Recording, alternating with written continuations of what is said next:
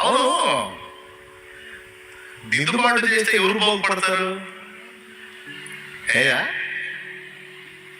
ఎవరికి హెచ్చరిక ఇచ్చానో ఆ వ్యక్తి హెచ్చరిక తీసుకొని దిద్దుబాటు చేసుకుంటూ అతనే బాగుపడతాడు. స్త్రీ అయితే ఆమె బాగుపడింది. 10 కాలాల పాటు వారు దిగుతారు. లేకపోతే పోయేది ఎవరు?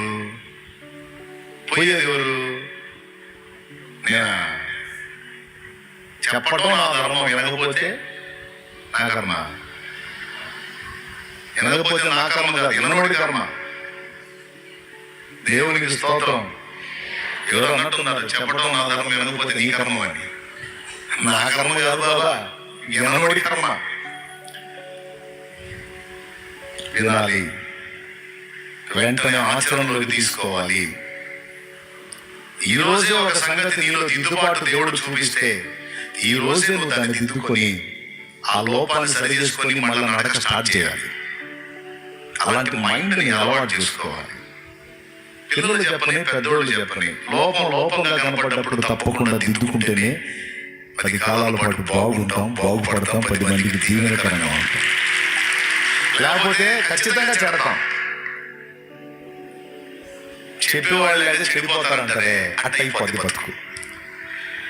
ఇప్పుడు చెప్పండి, శ్రేష్టమైన సుగుణాలలో ఒక అద్భుతమైన సుగుణం ఏంటంటే వినయం.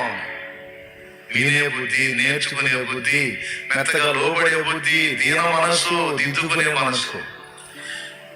ఎంతమందికి అర్థమైంది? ఒకసారి చేతులు ఎత్తితే తర్వాత పాయింట్లోకి వెళ్తా. ఇట్లా గెలిచండి. ఏం డౌట్ లేదుగా? క్లియర్గా అర్థమైందిగా? బాగానే చేతులు ఊపారు, బాగా తలకాయ ఊపారు. కోటం అయిపోయిన తర్వాత, ఇంటికి పోయిన తర్వాత లైఫ్ స్టార్ట్ అయింది. లైఫ్, జీవితం. అక్కడ 1000 మందికి వాక్యం చెప్పడానికి పోతున్నాడు దైవజనుడు. 1000 మందికి ప్రార్థన గదిలోకి వెళ్ళాడు. ప్రార్థన చేసుకుని సిద్ధపడి రెడీ అయి బయటకు వచ్చాడు.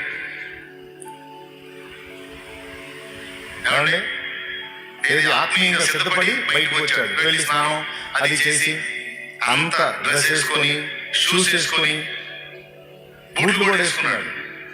అంతా రెడీ అయిన తర్వాత వాచ్ లేదు, ప్రేయర్ గదిలో ఉంది.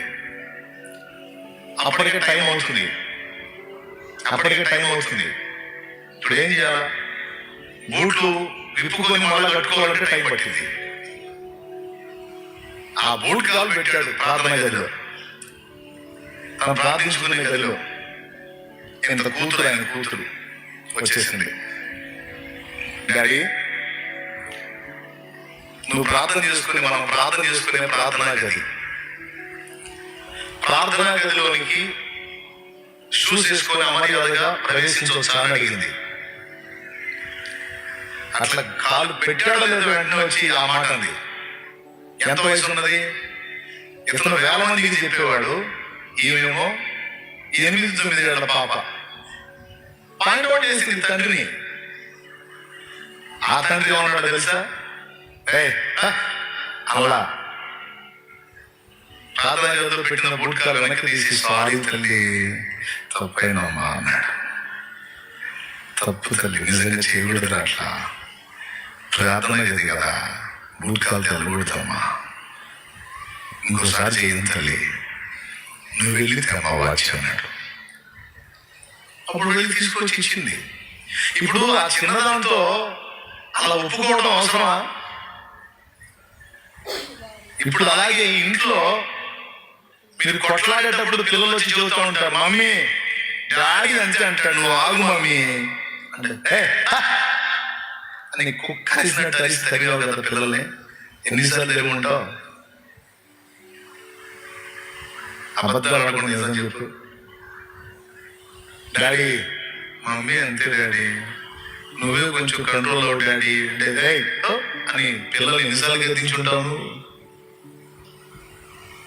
అప్పుడు నీ దగ్గర ఇలాంటి దరిద్రపు లక్షణాన్ని నేర్చుకున్న నీ పిల్లలు వినయవంతులు ఎట్లా అవుతారు? ఎంత టెంప్టేషన్లో ఉన్నా, ఎంత తొందరపాట్లో ఉన్నా, ఎవరు చిన్నోళ్ళు చెప్పని, పెద్దోళ్ళు చెప్పని, ఇది పద్ధతి కాదు అని నీకు దిద్దుబాటు వాక్యం వస్తే చచ్చినట్టు లోబడిదే వినయం కలిగిన మనసు. దీన్ని ఎంతసేపు ఎందుకు ఇంతగా నొక్కి చెప్పానంటే, ఇలాంటి మనసున్న వాళ్ళ దగ్గర దేవుడు ఉంటాడంట. అది అసలు విషయం. దేవుడు నీ దగ్గర ఉండాలని కోరుకున్నావా? ఎంతమందికి ఉంది? ఆశ ఉంటే చేతులు ఎత్తండి, ఆశ లేకపోతే ఏమి చేతులు ఎత్తాల్సిన అవసరం. దేవుడు నా దగ్గర ఉండాలన్నా, నిత్యం ఉండాలని కోరుకుంటున్నా, నేను 2 చేతులు ఎత్తుతాను, రోజు ఉండాలి నా దగ్గర. అంతేనా? దేవుడి దగ్గర ఉండాలని మనసారా కోరుకుంటున్నావా? అట్లయితే మరి చదువు ఏముంది అక్కడ? వినయము గల వారి ప్రాణమును జీవింప చేయుటకు వినయము గల వారి వద్ద నేను నివసించుతున్నాను అన్నాడు.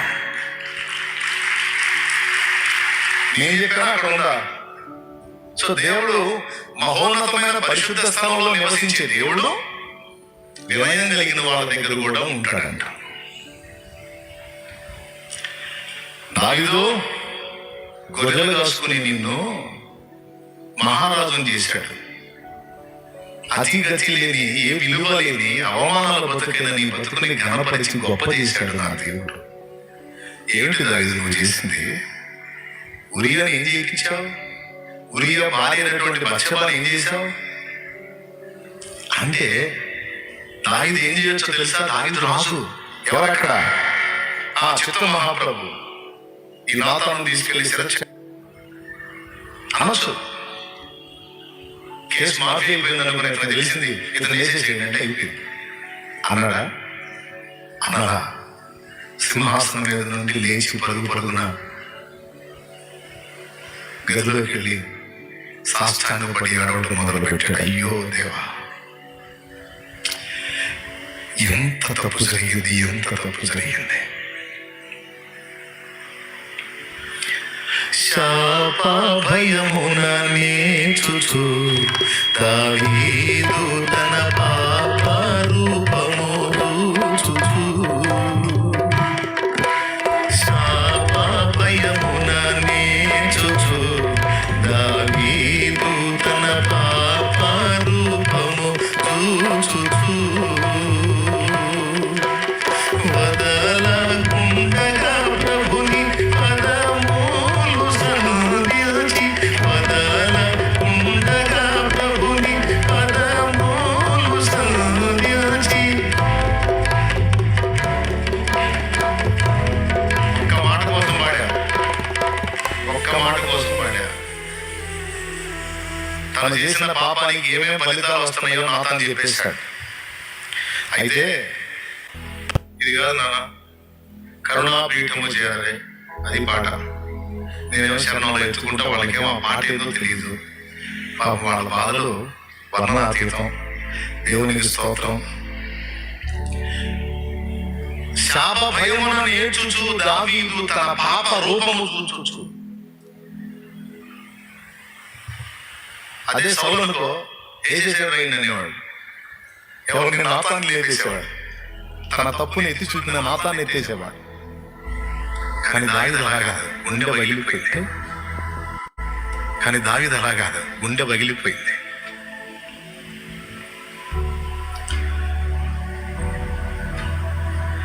ఏమండి పాడేదా? శాప భయమున నేర్చుచు దావీదు తన పాప రూపము చూచుచు. తాపముతో పశ్చాత్తాపముతో ప్రభుని రాపు కోరగని క్షమాపణను దిన. కరుణాపీఠము చేరదే దేవుని కృప చరణాస్థలిని చేరదే. ఏం పాటండి. కాకపోతే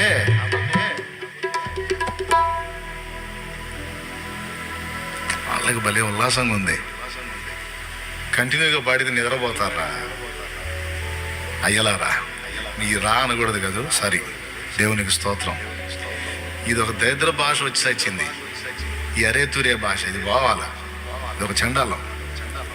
వాళ్ళేమో పిల్లలు, ఇంత పిల్లలు అప్పటి నుంచి నన్ను వెంబడిస్తున్నారు. వాళ్ళేమో అరే ఒరే అని పిలిచినారు. ఇప్పుడు వాళ్ళ పెద్దవాళ్ళు ఎంత ఒరే అనాలంటే నాకేం ఫీలింగ్ లేదు. వినే వాళ్ళకి చాలా మరి నేను ఇంత మీడియా వాళ్ళకి ఎవరిని బట్టి అరే ఒరే తొరే అంటుంటాడు అని మీరు ఏడనుకుంటారో నా బాధ. దేవునికి స్తోత్రం. హలో పేత బాధల పేతయ్య అని అయిపోయింది పరిస్థితి. మీరేం అనుకోకుండా చిన్నప్పటి నుంచి అలవాటు నాకు మళ్ళీ పదాలంటే. ఎప్పుడన్నా నీ పాప రూపాన్ని చూసుకున్నావా?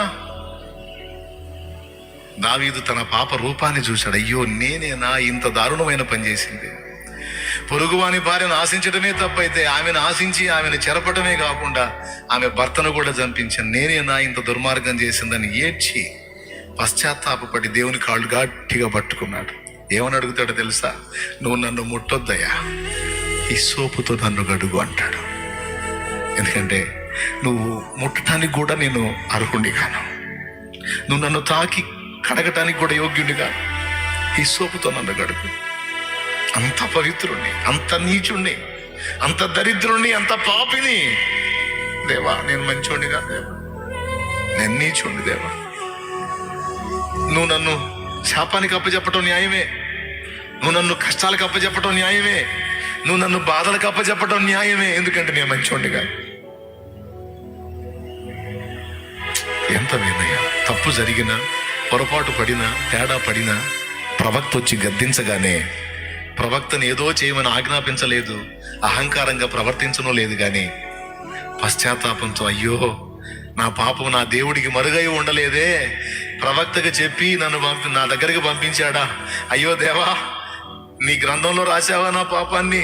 అయ్యో దేవా నేను ఎంత పాపిని దేవా, ఇంత వికృతమైన పని నేను ఎట్లా చేశాను దేవా, నీ దావీదేనా ఇంత పని చేసింది, నీ దావీదేనా, అయ్యో దేవా అనుకుంటా పోయాడు. అంత వినయం కలిగిన వాడు కాబట్టి ఆ తప్పుని కనికరించి కడిగి శుద్ధీకరించి కొద్దిగా పనిష్మెంట్ ఇచ్చి తర్వాత తిరిగి దావీదును హక్కున చేర్చుకున్నాడు దేవుడు. ఇంకా చెప్పాలంటే ఆయన నరమాత్రుడుగా, మానవ మాత్రుడుగా భూమి మీదకి వచ్చినప్పుడు ఆయన దావీదు కుమారుడా అనిపించుకోవడానికి ఇష్టపడ్డాడు. ఎందుకని దావీదు కుమారుడా అనిపించుకోవడానికి ఇష్టపడ్డాడు? దావీదు దగ్గర కొన్ని పొరపాట్లున్నా దావీదు దగ్గర వినయం ఉంది, దిద్దుకునే మనసు ఉంది. అందుకే ఆయన దగ్గర దేవుని సన్నిధి నిలబడి ఉంది. మీ అందరికీ చెప్పే ప్రేమపూర్వకమైన మాట ఈ హోల్ నైట్ ప్రేయర్లో, వినయం, దీన మనసు, విరిగి నలిగిన మనస్సుని ఎవరు సాధన చేస్తారో నువ్వు ఎలాంటి పరిస్థితుల్లో ఉన్న దేవుడు నీతోనే ఉంటాడు. దేవుడు నీతోనే ఉంటాడు. కానీ గర్వం పనికిరాదు, అహంకారం పనికిరాదు. కొంతమందికి బాగా టెంపర్ ఎక్కినప్పుడు చూడాలా మనం, అమ్మ అట్లా కదా నేను వినను అని మహాపెడతరంగా మాట్లాడతారు. అంటే నేను పెద్ద సప్పుడుతో చెప్పొచ్చులే కానీ పాపం అనే జనాలు ఉలిక్కి పళ్ళెగుస్తారు, వీడి కేకలు తగలయ్యో అని. అందుకని ఇప్పుడు నేను పెద్దగా అరవదలుచుకోలేదు, చుట్టూ అనే జనులే. అందుకని దేవునికి స్తోత్రం. మీరు పెద్దగా చెప్పండి, ఇంకొంచెం పెద్దగా, ఓకేనా? ఎవరు చెప్పిన మాట మంచిదై అది నీకు ప్రయోజనకరమై నిజంగా నీలో ఒక లోపమే అయితే దిద్దుకునే మనసును కలిగి ఉండుట వినయం, దేవుడికి ఇష్టమైన మనసు. ఖచ్చితంగా దీన్ని అలవాటు చేసుకోండి. ఈ రోజు నుంచి ప్రాక్టీస్ చేయండి, క్రమక్రమంగా నేర్చుకుంటారు. ఏమంటా? దేవునికి స్తోత్రం కలుగును గాక. పేతురు ఎక్కడా, పౌలు ఎక్కడా? పేతురు సీనియర్, పౌలు జూనియర్. కానీ పౌలు గద్దిస్తే పేతురు లోపడ్డాడు. నువ్వెంత అల్లా లోపడ్డాడు.